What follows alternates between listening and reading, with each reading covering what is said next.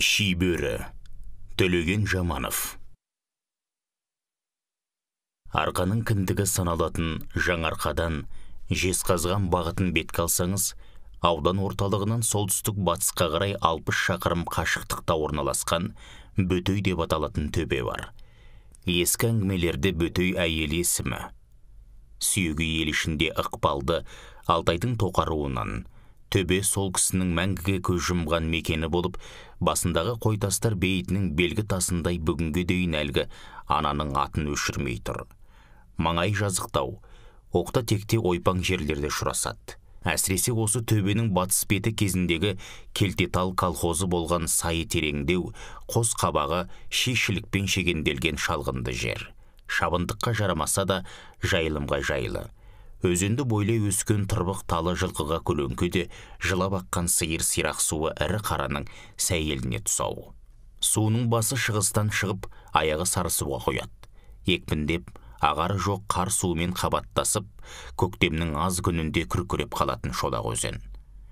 Соңы үзіліп қара күзде қайта көтерілетіні бар. Сол сайға түсіп отырсаңыз, шығысқа қарай шығаратын бас жағы Бөтөйдің қайыңшілігі деп аталатын 10 шақырымға созылатын қою тал терегі өскен жымға жолығасыз. Табанында ала жаздай су жатады. Бой салып жүре алмайсыз. Кәдімгі қасқыр паналайтын ұрынды жердің нақ өзі. Талай қасқырдың белін талдырып қуып, енді соғам деп ентелеп келіп, осындағы орманға кіргізіп алып, қанжығасы бос қайтқан аңшыларды да естіп жүретінбіз. Кіреберісінде қасқыр кірген қайың дейтін де жер бар. Заманында бұл жердің қасқыр қалың болған екен. Әуегінде 17 қасқырға дейін шұбырған әулетінде үлкендер де кездеседі екен. Солтүстігіндегі Қарағаш орманынан шыққан көкжалдар да кейде осы қайыңға жан сауғалап, соңындағы сонаршылардан құтылады екен. Шығысындағы өркендеудің Маңғадыр тауларынан түстенетін қасқырлардың жатар орны да осы. Кеңес заманында алғашқы қарға араласып, қан сонарға жағаласып қалатын тік жағалылардың да біраз осы Бөтөйдің қайыңшілігінің қасқырынан ішік киген. Елде ескі аңшылардың бірі саналатын менің Кенже Қара деген әкем бар. Агроном, жұмысы далаға байланған.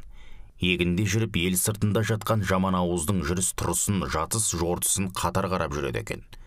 Жапырақ түсіп, топырақ суып, күз келгенде бөрлер бөлтірік ауыздандыра бастайды. Азуы әлі қайралмаған бөлтіріктердің алғашқы олжалары оңай болмайды екен. Тәжірибесі жоқ, тамақтанғанынан гөрі талағаны көп болады екен. Осы тұс жылқыда маза кеткен, Құлын атаулының таңы айырылатын уақыты. Кәнігі кәрі аңшылардың айтуынша, жылқы түнде толық дәнді, қасқыр жарты дәнді көреді екен. Алдағы қысқа әл жинау үшін қасқырлар қара күзден қар бекігенше аспанның астын астан-кестен қылады. Даланы қанға бөктіріп, көздері шоқтанып, әбден жонданып алады. Айтуғанша айғасып, таң алдында мекеніне жетіп жығылады. 4 құбыласынан түгел мал жейтін бұл қайыңшіліктің қасқырлары бар аңшының олжасы бола бермеген. Бір күні Арал төбенің малына араласып, өгіз мүйізденіп өзенге құлаған қасқыр араға апта салмай, ол жаққа аяқ баспайды. Малынан шығын шығарған адамның ашуы тарқап, қуғын сүргін басылып, із ескіргенше қайыңшілікте өлі тыныштық орнайды. Ескі күн естен шығып, шығын ұмтыла бастағанда, Бөтөйдің қасқыры қарсы адыры барып, қаройда жатқан қалың жылқыға араласады. Азуына ай сәулесі шағылысқан арландардың аузында талай жылқының жылы жұмсағы кете барады. Ол уақытта бүгінгідей басынан бақайына дейін қаруланған аңшы қайда. Бесатар мылтықпен 5 қару сай аңшы ол кезде жоқтың қасы. Таңнан іліккен ізге 2 сағатта жететін қарда жүретін шана ілуде біреу. Оның сыртында өз уақытыңа өзің қожалық ете алмайтын өкіметтің тәртібі тағы бар. Не дамылы, не тәбілі жоқ заман ғой. Жұрт жұмысқа жегілген кез, сауық құрып, саятшылық жасауға мұрша жоқ. Адамға қолайсыз уақыт аңға қолайлы болды екен. Әйтеуір осы Бөтөйдің қайыңшілігінің қасқырының даңқы да, дақпырты да алысқа кетті. Мен бұл тоғайдың ішіндегі торғайдың ұясына дейін таныйым. Себебі сол жерде 4 жылға жуық жүрдім. Бөтөй тауының құламасына таяу менің Тоқабай әкем 1992 жылы көшіп барып қоныс тепті. Жекеменшік шаруа қожалығын ашып, ортақ өгізден оңаша бұзау бөлді. Өз алдына фермер болды. Совхоз уақытында ауыл шаруашылық саласында қызметте болған бұл әкем бір қазаққа жететін мінездің иесі.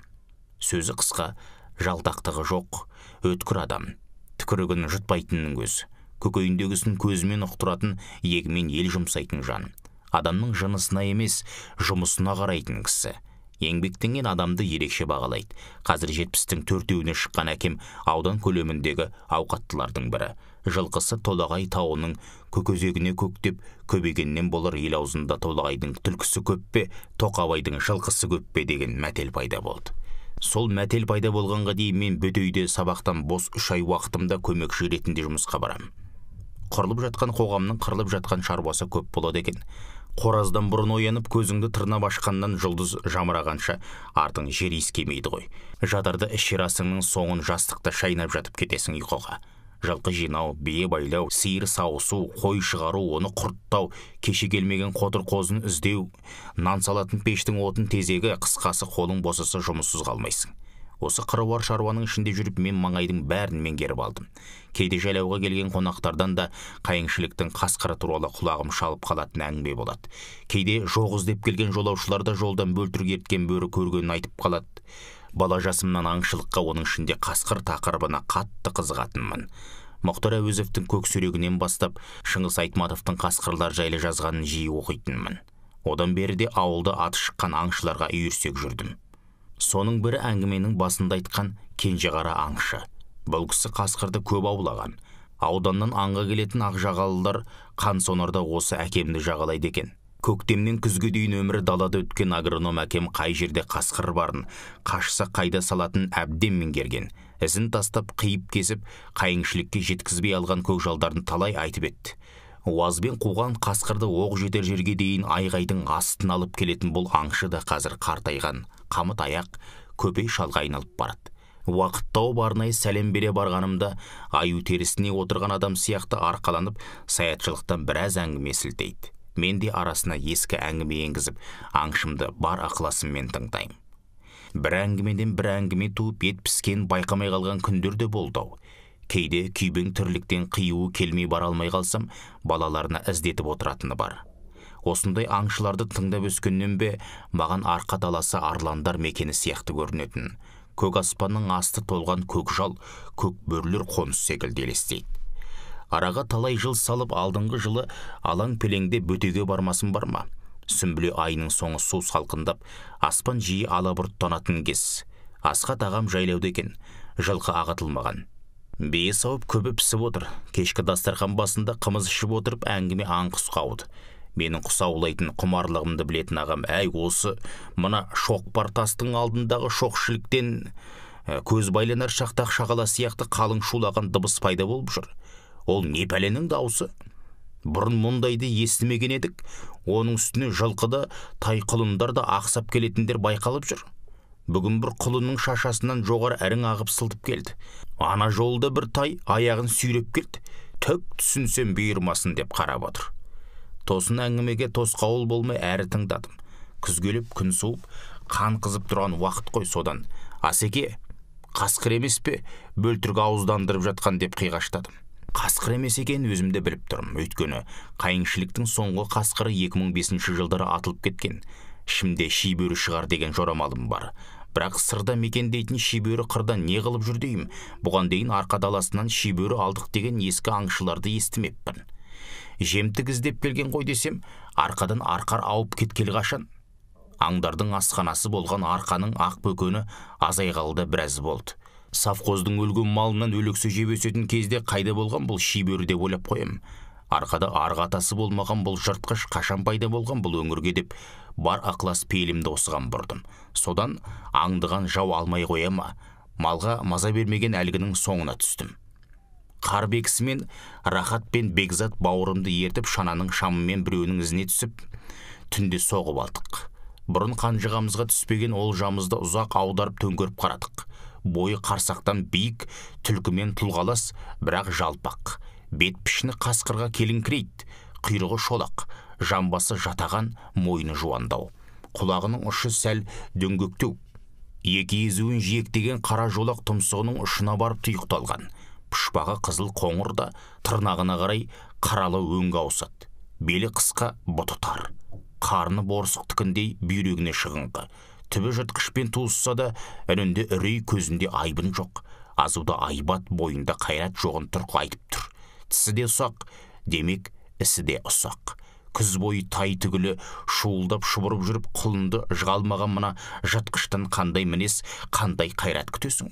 Артқы жіліншікті жұлқылап түстеп, малды ақсатып, азаптап, аздырып өлтіріп, артынан құлағанша аңдып жүріп жейтін мына шибөрің нағыз тексіздің өзі екен. Бар ойым, бұлар арқада қайдан жүр? Қысы қатты қырға мына шибұттың шыдас беруі екіталай. Ауырай бұлардың арқаға ауып келуіне себеп бола алмайды. Егінің киіктен қорғап өсірген елде ет көп кезде неге келмеген? Демек, гәбетте емес, жемде де емес, жемтікте де емес. Бар гәп арқа даласы арлансыз қалғанында. Боз дала бөрісіз қалғаннан мына бөрісімақтар боса бастады. Кеудесін керген көкжалы жоқ кердалаға келімсек сынды егелі кете бастады. Арландары атылған арқа даласы осындай азғындарға орын босатты. Иттің иесі болса, бөрінің тәңірісі бар деуші еді. Даламның айбыны болған, рухымның айдыны болған көк бөрімді қайтаршы тәңірім деп, аспанға қол жайып, мен де бет сипап, түнгі бір шамасында қыстағыма қарай қырасып кеттім. Соңы оқыған Қуат Ахметжан. Қымбатты тыңдарман, менің арнама міндетті түрде жазылып, өз пікірлеріңізді жаза отырыңыздар. Үлкен рахмет.